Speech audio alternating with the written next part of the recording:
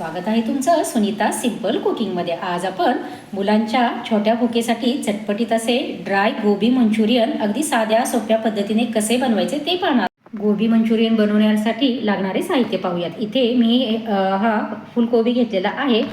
इथे मी 2 ते 3 मिनिट उकळत्या पाण्यामध्ये मिठाच्या उकळून घेतलेला आहे। अगदी 2 ते 3 मिनिटच उकळून घेतलेला आहे। त्यासाठी आपल्याला लागेल आलं लसूण पेस्ट घेतलेली आहे, थोडंसं मीठ घेतलेलं आहे, लाल तिखट आपण चवीपुरतं घ्यायचं आहे, डार्क सोया सॉस घेतलेला आहे, रेड चिली सॉस घेतलेला आहे आणि काळी मिरपूड घेतलेली आहे।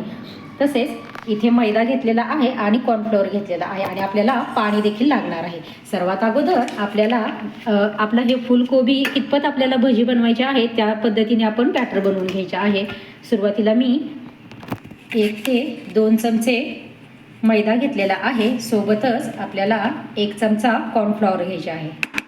1 ते वरती थोडंसं मी अगदी 1.5 चमचा कॉर्नफ्लॉवर घेतलेला आहे, कारण आपण कमी क्वांटिटीमध्ये बनवणार आहोत त्यासाठी इथे मी कमीच घेतलेलं आहे साहित्य।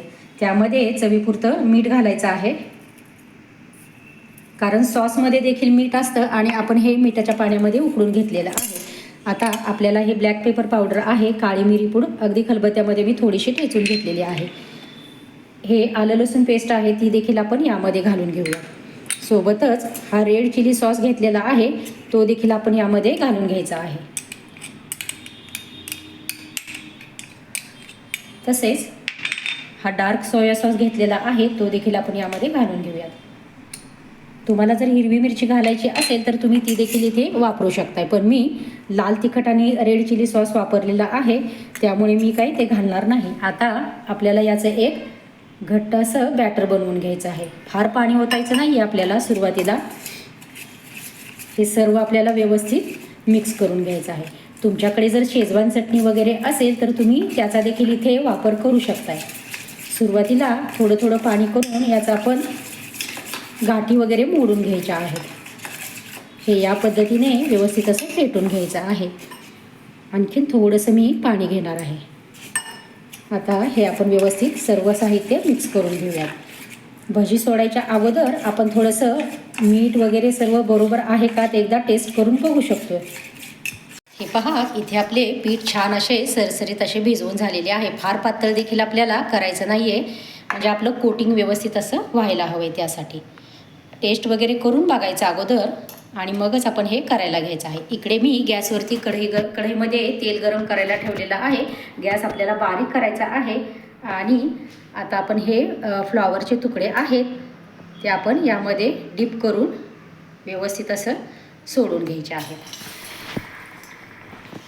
हे या पद्धतीने एक एक आपण सोडून घ्यायचे। खूप जास्त पण घालायचे नाहीत सुरुवातीला, म्हणजे थोडे थोडेच घालायचे आहे। जेवढं तेल आहे तेल पण खूप जास्त घ्यायचं नाही तळण्यासाठी, आपण थोड्या प्रमाणात करणार आहोत तर त्यासाठी इथे मी तेल देखील थोडंसंच वापरलेलं आहे।